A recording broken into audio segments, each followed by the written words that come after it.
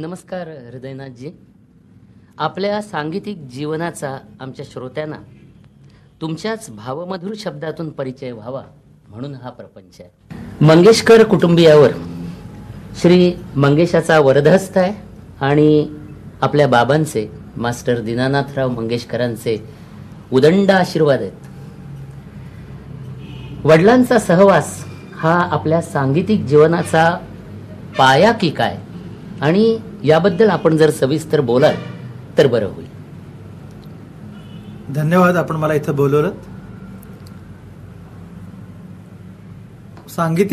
माझ्या सांगीतिक जीवनाचा पाया वडिलांचा सहवास असं म्हणता येणार नाही, कारण ज्याला वडील गेलेत त्याला मी फक्त 4.5 वर्षाचा मुलगा आहे आणि माझ्या वडिलांच्या ज्या आठवणी आहेत त्या फार अंधुक आहेत. मी माझ्या एका लेखात लिहिलं होतं की वडिलांच्या आकृती मला आठवते, त्यांचे कपडे मला आठवतात, पण त्यांचा आवाज मला आठवत नाही. पण तरीही कुठेतरी सांगीतिक जीवनाशी त्यांचा विलक्षण जवळचा संबंध आहे. रक्ताचा तर आहेच, पण ते एका बाजूला आजारी होते, एका बाजूला मी आजारी होतो आणि मला ते दिवस फार चांगले आठवतात. जरी माझं वय लहान असलं तरी मला असं वाटतं की चांगले दिवस, सुखाचे दिवस माणूस जास्ती आठवतो आणि दुःखाचे दिवस विसरतो. पण ज्यांना लहानपणी दुःख भोगावं लागतं त्यांना ते लहानपणचं सगळ्या स्मृती फार ताज्या टवटवीत राहतात. त्यामुळे त्या सगळ्या स्मृती माझ्या फार ताज्या आहेत. जणू काय एखादा चित्रपट बघितला इतक्यात मला त्या गोष्टी स्पष्ट आठवत आहेत की वडील एका बाजूला आजारी होते खूप, एका बाजूला मी खूप आजारी होतो. आर्थिक ओढाताण होतीच आणि कधी काळाने मरण मला येता, कुठे जाशील तू हीच मनी चिंता. वा, नाटकातला चारुदत्त वाक्य मला चांगलं आठवत आहे, जे आईला ते उद्देशून म्हणायचे. आणि त्याला प्रभाकर जठार तिथे यायचे गाणं शिकायला आणि दिदी म्हणजे लता मंगेशकर तिला घेऊन वडील गायला बसायचे किंवा आम्हा सगळ्यांनाच घेऊन वडील गायला बसायचे. पण मी फार लहान होतो, आजारी असल्यामुळे मला घेऊन बसायचे नाही इतकं.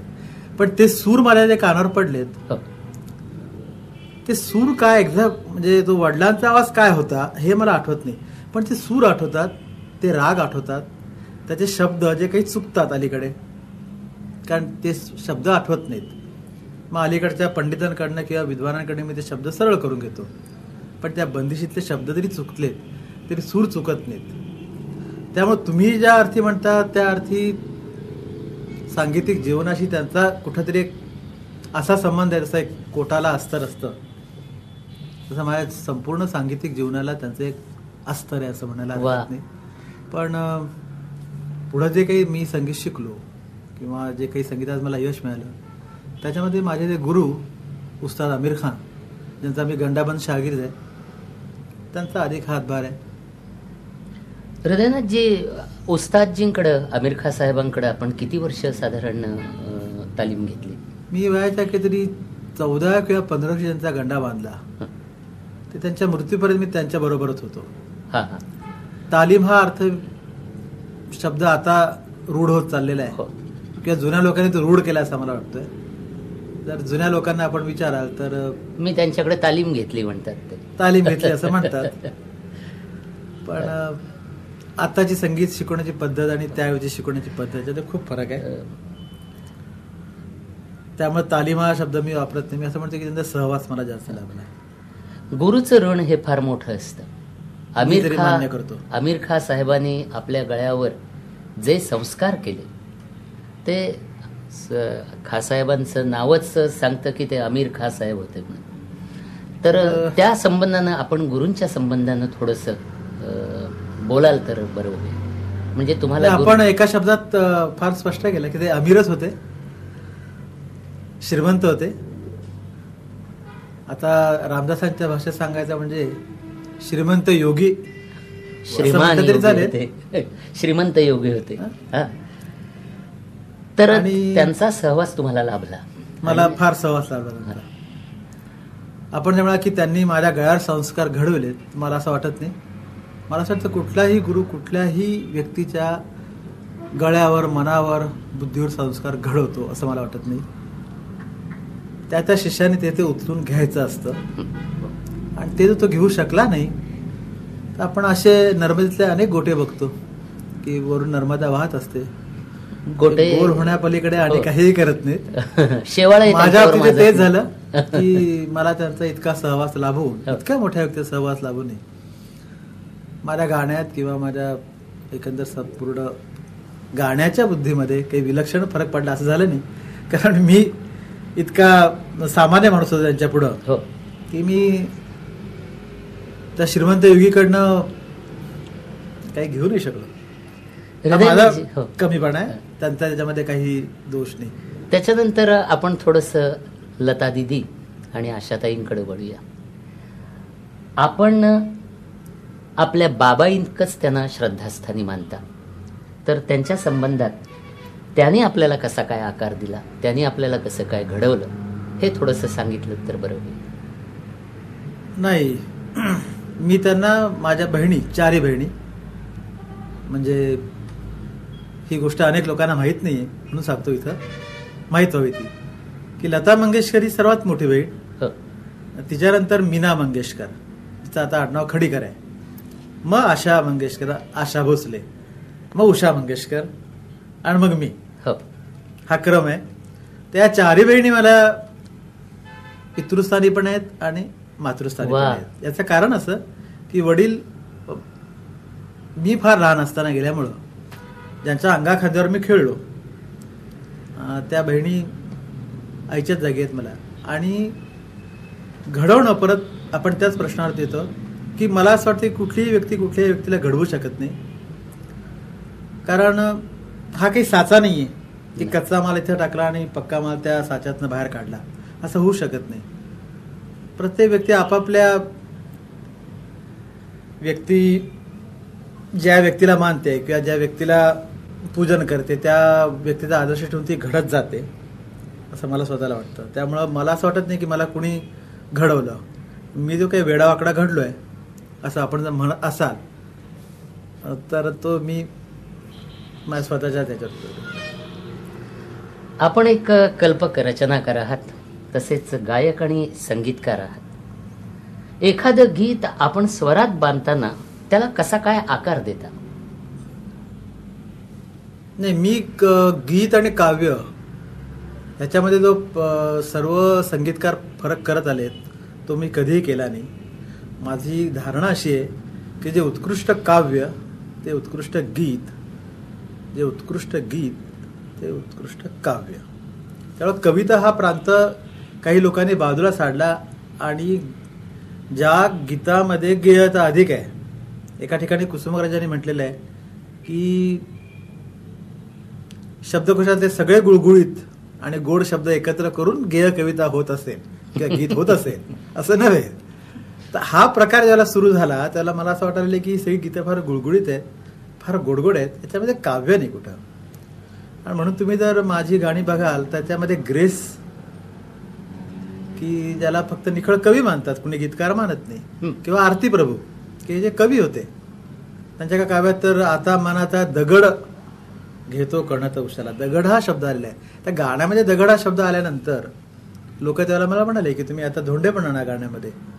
पण मला असं वाटतं की एखादा शब्द त्या ठिकाणी जर चपखल बसला आणि तो त्या संपूर्ण अर्थाला उलगडून दाखवत असेल, तो शब्द गेय आहे की नाही त्याच्याकडे दुर्लक्ष करावं. याचमुळं मी ज्ञानेश्वरांकडे वळलो, नामदेवांकडे वळलो, मीराबाईकडे वळलो. हा जर भेद केला नसता मी की हे गीत, हे काव्य, हे संत वाङ्मय, तर त्या चालींचं रूप एकसारखाच झालं असतं. आपण जो प्रश्न केला त्याचा थोडंसं व्यापक उत्तर देतो की हा थोडासा कायाप्रवेश आहे. मीरेला मी बघणं शक्यच नाही, 700 वर्षापूर्वीची संत कवयित्री, किंवा ज्ञानेश्वरांना इतक्या मोठ्या लोकांच्या अंतरंगात प्रवेश करणं म्हणजे कायाप्रवेश ज्याला आपण म्हणतो, हा माझ्यासारख्या सामान्य माणसाला शक्य नाही. पण त्यांच्या काही गोष्टींवरून, त्यांच्या चरित्रावरून, त्यांच्या मनात डोकवण्याचा मी प्रयत्न करतो. त्यावेळी ज्या हाताने काही सूर लागतात त्या सुरातनं घडलेली गाणी आहेत. त्यातली चमत्कृती आपण जे म्हणतात ती माहिती माझ्या वडिलांकडनं आलेली असावी, कारण वडिलांच्या मृत्यूपर्यंत त्यांच्यावरती टीका होत आली की मंगेशकरांच्या पानामध्ये पंचपक्वान्न वाढलेली आहेत, पण ती कालवून ते खातात आणि ती वेगवेगळी करून खाता येत नाही. पण मला असं म्हणायचं याच्यावरती की पंचपक्वान्न वाढली आहेत, जी ज्या व्यक्तीने, ज्या एका शक्तीने, म्हणजे निसर्गाने किंवा मंगेशाने किंवा देवाने त्या व्यक्तीची लायकी ओळखूनच त्यांनी पंचपक्वान्न त्याच्या ताटात वाटलेली. बरोबर. तुमच्या आमच्या ताटात नाही वाटलेली आहेत. तर ही ती चमत्कृती ज्याला आपण म्हणू, काही वेगळं करण्याची प्रवृत्ती म्हणून, ही बाकी रक्तात नाली असावी. त्याच संदर्भात मी आणखीन एक आपल्याला प्रश्न विचारतो की आपण एखादं गीत ज्यावेळी स्वरबद्ध करता, अनेक बारकाव्यानिशी ते साकार होतं आणि गोड चालीतच ती गीतं एखाद्याच्या गळ्यात आपण उतरवता. पण हे ज्यावेळी आपण करता त्यावेळी काहीसं थोडंसं सामान्याला कठीण वाटतं. तर याच्यातलं नेमकं इंगित काय, की काही आपल्या ज्या चाली आहेत काही किंवा आपल्या गाण्याची काही जी तोंड आहेत ती अशी आहेत की गोड आहेत ती, पण मी जर गायला गेलो किंवा एखादा सामान्य माणूस जर गायला गेला तर त्याला ते जमत नाही, तो कुठे जाऊन पोचतो. तर याचं आपल्याला काय समर्थन करायचं? नाही, मला समर्थन काय करायचं नाही, पण आपण म्हणालात की सामान्य माणूस ते गायला गेला तर तो कुठला तरी कुठं निघून जातो. तर मग त्या सामान्य माणसाला असं वाटलं की आपण सामान्य आहोत, तर त्यांनी असामान्याकडे जाण्याची प्रयत्न करावा, यत्न करावा की आपल्याला हा मुखडा गाताना त्रास होतो, तर हा मुखडाना सुलभ रीतीने गाताना आपल्याला काय करावं लागेल, तर थोडा रियाज करावा लागेल, थोडंसं स्वरलिपी शिकावी लागेल, थोडासा ताल घट्ट करून घ्यावा लागेल. तर मग त्यांनी तो प्रयत्न करावा. माझ्या सांगितलं हाच प्रयत्न आहे की जे काव्य पुस्तकात अडकून पडलेलं आहे, जे संत साहित्य फक्त कीर्तनातनं किंवा भजनातनंच गायलं जातं, ते लोकांपर्यंत पोचावं. तांबे लोकांपर्यंत पोचावे, केशवसूत लोकांपर्यंत पोचावेत, गोविंदाग्रज लोकांपर्यंत पोचावेत, ग्रेस, आरती प्रभू, सुरेश भट, या सगळ्या मंडळींनी घराघरात जावं, हा माझा प्रयत्न फार लहानपणापासूनचा आहे. मी त्याला फार तरुण होतो जेव्हा मी तांबेच्या कवितेला चाल लावली, तेव्हा माझं वय फक्त 16 आहे. तिन्ही सांजा सखे मिळाल्या. हो. तर कनक गोल हा मरीची माली, जोडी जो सुय अशा, ही ह्या ओळीचा अर्थ मलाही कळत नव्हता आणि लोकांनाही कळत नव्हता. हा लोकांना अर्थ कळायला लागला आता की कनक म्हणजे काय, गोल म्हणजे काय, मारुत म्हणजे काय, सुय अशा म्हणजे काय.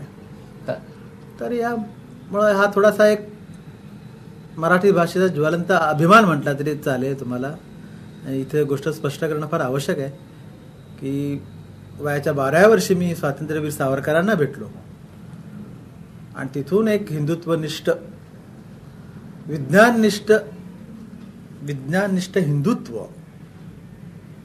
याची एक टोचणी, ज्याला आपण इंजेक्शन म्हणतो, हे सावरकरांनी मला त्यावेळी दिलेलं आहे. आणि तेव्हापासून भाषेचा अभिमान, भाषा शुद्ध असावी याचा प्रयत्न आम्ही संपूर्ण करत आलो. आणि त्यामुळे मला असं वाटतं की अतिशय ती मराठी भाषा संपन्न आहे, ती या प्रांताच्या कुंपणात अडकून पडलेली आहे. मी तर असं म्हणेन की एका दुसऱ्या माणसाचं वाक्य उत्तर मी असं म्हणेन की एकाने असं म्हटलं की जर संस्कृत भाषा ही जर जागतिक भाषा असती तर जयदेवांचं गीत गोविंद हे उत्कृष्ट काव्य जगाचं ठरलं असतं. तसं मराठी भाषा ही जागतिक भाषा असती तर ज्ञानेश्वरांचं पसायदान हे जागतिक राष्ट्रगीत व्हायला हरकत नव्हती. आणि ही भाषा इतकी संपन्न आहे, पण ती निवळ आपण आपल्या प्रांतात अडकून पडल्यामुळे आपण त्या भाषेची अवहेलना होते, दुर्लक्ष होत आहे. कालांतराने ती नष्ट झाली ते मला फारसं आश्चर्य वाटणार नाही. त्यामुळे माझा हा जास्तीत जास्त प्रयत्न राहिला. चुकला असेल काही ठिकाणी, प्रयोग आहे म्हटलं ते हरकत नाही, की ही भाषा सगळीकडे पोचावी. लोकधनाची उधळण आपल्या बऱ्याच गीतातून आपण केलेली आहे. म्हणजे लोकगीतांच्या चाली काही गीतांना लावलेले आहेत. तर भारतीय शास्त्रीय संगीत आणि लोकसंगीत यांचं नातं आपल्या दृष्टिकोनातून आपण कसं स्पष्ट करा? नाही, अगदी सोपं आहे. याच्यामध्ये पंडित लोकांना आणि विद्वान लोकांना फार राग येतो माझ्या विधानाचा. मला असं म्हणायचं आहे की ज्यावेळेला यमन राग तयार झाला किंवा पहाडी तयार झाली किंवा भैरवी तयार झाली, त्यावेळा कुठल्या पंडितांनी कुठल्या कागदावर ते लिहून ठेवलेलं आहे, लिखित आहे का ते? तर नाही. त्याला काही पुरावा आहे काय? तर काही नाही. तर पहिला आदिमानव जो ओरडला असेल लागलं म्हणून, किंवा पहिल्या आदिमानवाच्या लहान मुलांनी आईला हाक मारली असेल, ती कुठल्या पंडितांनी त्याला लिहून दिली होती का? नाही. ती नैसर्गिक गोष्ट आहे. माणसाच्या गळ्यातनं ध्वनी निघणं ही अत्यंत नैसर्गिक गोष्ट आहे. त्यामुळे लोकसंगीत हे आधी निर्माण झालं असणार. माणसाला आपण नग्न राहतो याची लाज वाटली म्हणून त्यांनी झाडाची वलकलं काढून त्यांनी वस्त्र केली असतील, किंवा जनावरांच्या कातड्यांचे कपडे घातले असतील. त्यावेळेला कुठला असा मोठा शिंपी तिकडे कपडे शिवायला गेला होता, किंवा कुठल्या कारखानदाराने नायलॉन किंवा वुलनचा कपडा काढला होता? नाही. हे त्यांनी आदिमानवाने लावलेले शोध आहेत. त्याच्यानंतर ह्या सुसंस्कृत माणसाच्यावरती संस्कार केलेले आहेत. त्यामुळे आधी लोकसंगीत निघालं, आणि मग ज्यांना संगीताची जाण होती, ज्यांना संगीताबद्दल प्रेम होतं, ज्यांना संगीत कळायला लागलं होतं, त्यांनी त्याला त्याच्या स्वरलिपीमध्ये बसवलं आणि मग त्याच्या रागांचे हिशे पाडले. त्याचं श्रेय पंडितांना, विद्वानांना किंवा कुठल्याही खासाहेब लोकांना देण्याचा अर्थ नाही. एखाद्या कुठल्या तरी शेतकऱ्यांनी दिलेली हाळी, यातनं एकाला कोणाला पहाडी सुचली असेल, एखाद्या अर्थ रुजनातनं कोणाला तरी भैरवी सुचली असेल, पण हे आधी लोकसंगीत, आणि लोकसंगीतातनं मग शास्त्रीय संगीत निघालेलं आहे. आपण लेखींमध्ये असा फार छान प्रयोग केलेला आहे. राजस्थानी मांड, केसरिया, जो आपण त्याचा अतिशय चांगला असा उपयोग करून घेतलेला आहे. असे कितीतरी लोकगीतांचे, कोळी गीतं आपण जी लोकप्रिय केलीत, आणि त्याच्यानंतर कोळी गीतांची महाराष्ट्रात एक लाटच आली. त्याच्या आधी काही कोळी गीतं गाणारे सुद्धा होते, त्यांच्या सुद्धा ध्वनिमुद्रिका कोळी गीतांच्या निघाल्या नाहीत, ज्या शांताबाईंनी रचना केल्या कोळी गीतांच्या. आणि ती कोळी गीतं आपण जी स्वरबद्ध केली, नेमकं त्यावेळी आपण ती कशी काय, म्हणजे मी असं विचारत नाही की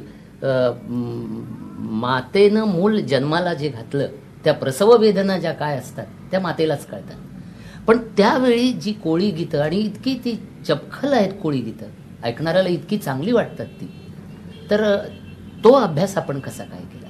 नाही, तो अभ्यासही नाही आहे फारसा मोठा, तो परिस्थितीजन्य अभ्यास आहे असं म्हणायला हरकत नाही.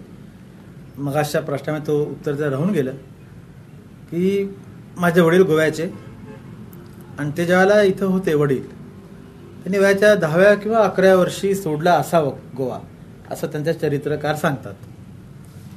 आणि त्यांचे काही स्नेही पण सांगायचे, आता ते हयात नाही आहेत. तर त्या वयापर्यंत त्यांच्यावरती जो इथल्या संगीताचा संस्कार झाला, गोव्याच्या संगीताचा संस्कार, त्यातली काही लोकगीतं त्यांना पाठ होती, आणि त्या लोकगीतांवरती पाश्चात्य संगीताचा परिणाम होता, कारण त्याला पोर्तुगीजांचं राज्य होतं, जे आजही इथल्या संगीतामध्ये आहे. मांडव, धुलपद वगैरे जे आहे. तर ती वडिलांकडनं लोकगीतं दिदीनी, म्हणजे परत लता मंगेशकरांनी ऐकली होती, आशाताईंनी ऐकली होती, ती त्यांना पाठ होती, ती मलाही पाठ झाली होती. ती 5-6 गीतं आहेत. आणि नंतर माझं बालपण खानदेशात गेलं, तेव्हा मला खानदेशी लोकगीतं पाठ झालीत. मग माझे जे पहिले गुरु जे होते पंडित सुस्तलालजी, ते पंजाबी होते, तेव्हा मला पंजाबी लोकगीतं पाठ झालीत. मग मी ज्यांना गुरुस्थानी मानलं, असे सलील चौधरी, त्यांच्याकडनं मला बंगाली लोकगीतं ऐकायला मिळाली. आणि ह्याचा सगळ्यांचा परिणाम असा झाला की मला एक गोष्टीचा साक्षात्कार झाला की हिंदुस्थाना शब्द वापरल्याला काही लोकांना राग येतो, पण हिंदुस्थानाच्या शिखरापासून पायापर्यंत दारिद्र्य आणि लोकसंगीत याचा चेहरा एकसारखा आहे, त्यात काहीही वेगळेपणा नाही आहे. त्यामुळे मी ज्यावेळी जांभूळ पिकल्या झाडाखाली ढोल कुणाचा वाजजी, हे पंजाबी लोकगीत, म्हणजे बल्ले बल्लेने ढोल पंजाब नदी, याच्यावरती लिहून ज्याला गाणं केलं, त्या सगळ्यांनी मला शाबासकी दिली, अगदी जब्बार पटेल सारख्या प्रतिभावंत माणसांनी पण, की तुम्ही फार सुंदर लोकगीत, मराठी लोकगीत शोधून आणलं. हे मराठी लोकगीत नाही. तसंच ही कोळी गीतं आहेत, ही चक्क मला सुचलेल्या काही चाली आहेत, काही मी बंगालकडनं सलील चौधरीकडनं त्यांची लोकगीतं ऐकली होती, त्या चाली आहेत. आणि शेवटी मी सलील चौधरीने विचारलं की तुम्हाला लोकगीतं इतकी पाठ असण्याचं कारण काय? तर ते म्हणाले की मी लोकगीतं लिहितो स्वतः, आणि त्याला सरळ मोझार्ट, बिथोवेन, बाख या लोकांच्या सिम्फनी मधल्या कॉर्ड सिस्टीम उचलून ती लावून ती लोकगीत मी तयार केलेली आहेत. म्हणजे शेवटी गळ्यामध्ये टेप रेकॉर्डर घेऊन रानावनात हिंडून लोकगीतं सापडत नाहीत, ती तुम्हाला कुठेतरी सुचावी लागतात. आणि त्याचा एक कुठला तरी एक संदर्भ जर तुम्हाला त्या प्रांतात मिळाला असेल तर ते अधिक खुलतात. हो. चानी चित्रपटात एका ग्रामीण शिवीचा वापर आहे, रे तुझ्या औशीचं घो. तर ही जी कल्पना आहे ती चित्रपट कथेची मागणी म्हणून किंवा त्या गीतात तो शब्द होता की तो एक ग्रामीण वातावरण निर्मितीसाठी तो घालण्यात आला? नाही, ती संपूर्ण दिग्दर्शक म्हणजे व्ही शांताराम यांची ती इच्छा होती आणि त्याचे ते लेखक होते आरती प्रभू. हो. त्यांचं ती म्हणजे ते व्यक्तिमत्व असं होतं की वारंवार शिव्या देणारं, खूप आरडाओरडा करणारं पण अतिशय प्रेमळ असे व्यक्तिमत्व त्यांना उभं करायचं होतं, म्हणून त्याने ती शिवी त्यात ठेवली. हृदयनाथजी, आपल्याकडे बसल्यानंतर हा रेकॉर्डर बंद होऊच नाही असं वाटतं, गप्पा खूप मारावं अशा वाटतं. पण गंमत अशी आहे की काही वेळेला माझं विचारणं तोकडं पडणार, कारण आपलं जे आपली प्रगल्भ बुद्धिमत्ता जी आहे तिथं मी निश्चितच तोकडा पडणार. तेव्हा माझ्या कुवतीप्रमाणे मी आपल्याला प्रश्न विचारले आणि त्याची आपण अगदी दिलखुलास आणि जी उत्तरं आमच्या श्रोत्यांना सुद्धा अतिशय चांगली वाटतील अशी दिली. मी आपल्याला एक शेवटचा प्रश्न विचारणार आहे. ज्यावेळी आपण इथं आला होता तुमच्या बाबांच्या नावानं दीनानाथ मंगेशकर रंगमंदिर म्हणजे कला अकादमीच्या संकुलात ज्यावेळी त्याचं उद्घाटन झालं होतं त्यावेळी आशाताई आणि तुम्ही दोघंही आला होतात आणि ते भाग्य पाहण्याचं आम्हालाही मिळालेलं होतं तुम्हाला दोघांना. त्यावेळी आपण म्हणाला होतात की एक तुम्ही मला वाटतं बहुतेक जीवलगा हे गीत तुम्ही सादर केलं होतं. तर त्या गीताचा जन्म आणि ते बाबांनी कुणाकडून तरी एका अवलियाकडून ऐकलं होतं, मूळचं ती ही मूळची चीज, आणि त्याच्यानंतर ती तुम्हाला कशी काय तुम्ही हे बांधली एवढं आम्हाला सांगा. नाही, अगदी छोटी कथा आहे की हूं जो गई श्री गौरी रागातली बंदिश आहे आणि ते वडील गायचे. मला तरी शब्द एवढेच आठवतात की हूं जो गई म्हणजे मी गेले. का गेले तर तुझे सूर ऐकून किंवा तुझ्याच विलीन होण्यासाठी, एवढाच त्याचा अर्थ मी घेतलेला आहे. ते सूर मला फार अर्थ वाटले होते आणि म्हणून मला त्याला हे माहित नव्हते की हा श्री गौरी आहे म्हणून. पण ते सूर पाठ होते, मी ते शांताबाईंना सूर दिलेत आणि त्यांना सांगितलं की हे सूर संध्याकाळचे आहेत हे नक्की, तर तुम्ही याच्यावरती शब्द लिहा. आणि त्यांना बाकी ते वजनात 4 मात्रेच्या वजनात बसून देण्याचं काम तेवढं मी केलं. बाकी ती मूळ बंदिश वडिलांची आहे आणि मला वाटत नाही कुणी अवलियाकडनं त्यांनी घेतली असावी. पण त्यावेळेचे ते अवलिया म्हणजे रहमत खान भूगंधर्व ज्यांना आपण म्हणतो ते अवलिया होते, त्यांच्याकडनं ही बंदिश त्यांना मिळाली असावी असं गणपतराव मोहिते म्हणजे वडिलांचे शिष्य सांगतात. अविनाश ज्यांना नंतर अविनाश मास्टर अविनाश. आपण कार्यक्रमाच्या समाप्तीकडे आलो आहोत आणि आपण स्वतःकडे कमीपणा घेतलात की आपले प्रश्न तोकडे पडतील आणि माझी उत्तरं अधिक होतील, असं नाहीये.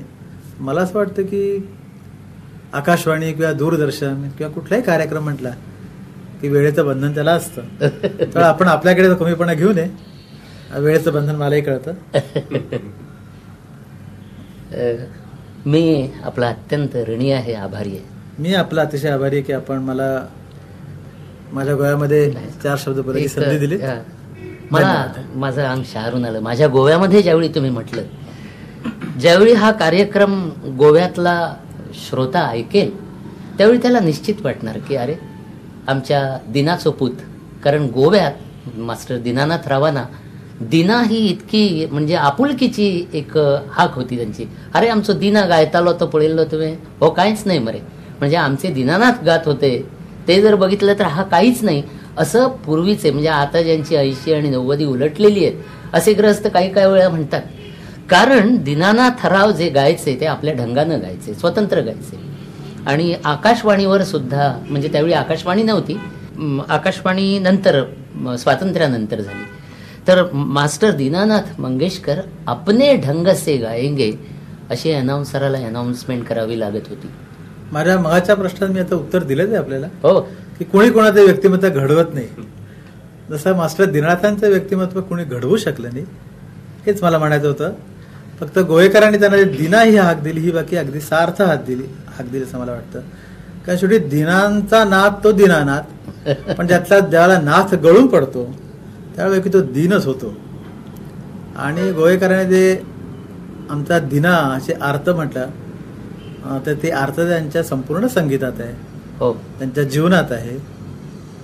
आणि त्यांचा नाथ गळून पडला होता. आणि ते गोवेकरांच्या म्हणण्याप्रमाणे खरंच शेवटी दैन्य, ज्याला आपण दीन म्हणतो, असेच झाले होते. पण शेवटी नाथपंथी आपण त्यांना म्हणूया, कारण मंगेशाचे भक्त आहेत ते. हो, कारण त्यांचं नाथ कुठेतरी टिकून होता. म्हणून शेवटी त्यांच्या मृत्यूनंतर का सेना 50 वर्षांनी लोक त्यांना मास्टर दीनानाथ परत म्हणायला लागले. सीताकांत लाड नावाचे ग्रहस्थ, तुम्ही ऐकून माहीत असेल तुम्हाला, तर रेडिओवर अधिकारी होते ते एक 15-20 वर्षापूर्वी. त्यावेळी दीनानाथरावांवर त्यांनी एक भाषण दिलं होतं.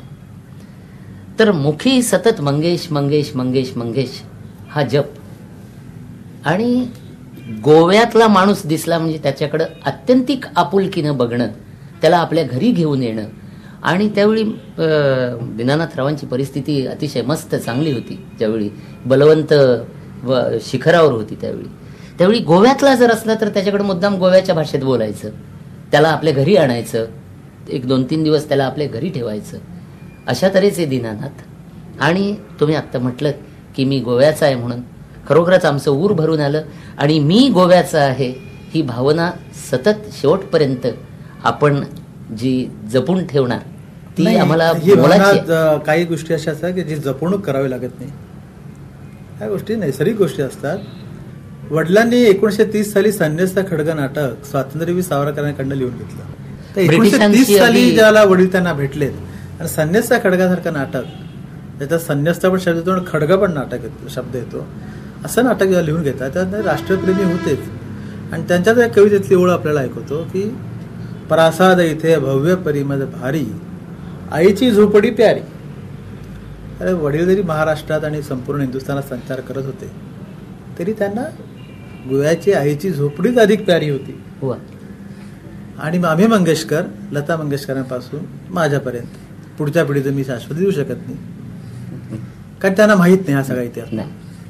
त्यामुळे आम्ही जरी सगळे जगभर जरी फिरलो असलो तरी शेवटी गोवा ही जगाच्या हिशोबाने तरी लहानशी आज पर्णकुटी असली, झोपडी असली, तरी शेवटी आईची झोपडी प्यारी ही अगदी एक नैसर्गिक गोष्ट आहे. त्या वडील जे करत होते तेच मी करतोय. माझ्या मुलांबद्दल मी सांगू शकत, दुसऱ्याबद्दल माणसाने सांगू नये. हृदयनाथराव, आपण ही मुलाखत इथं थांबवतो. मला थोडंसं वाईट वाटतं थांबवतो म्हणून, पण तरीही थोडंसं कालाचं बंधन आहे.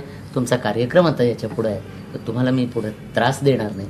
पण असं तास 2-2 तास आपल्याकडे जरी बसलं तरी आपल्यापासून खूप मिळण्यासारखं आहे, खूप शिकण्यासारखं आहे, हे निश्चित. नमस्कार. धन्यवाद.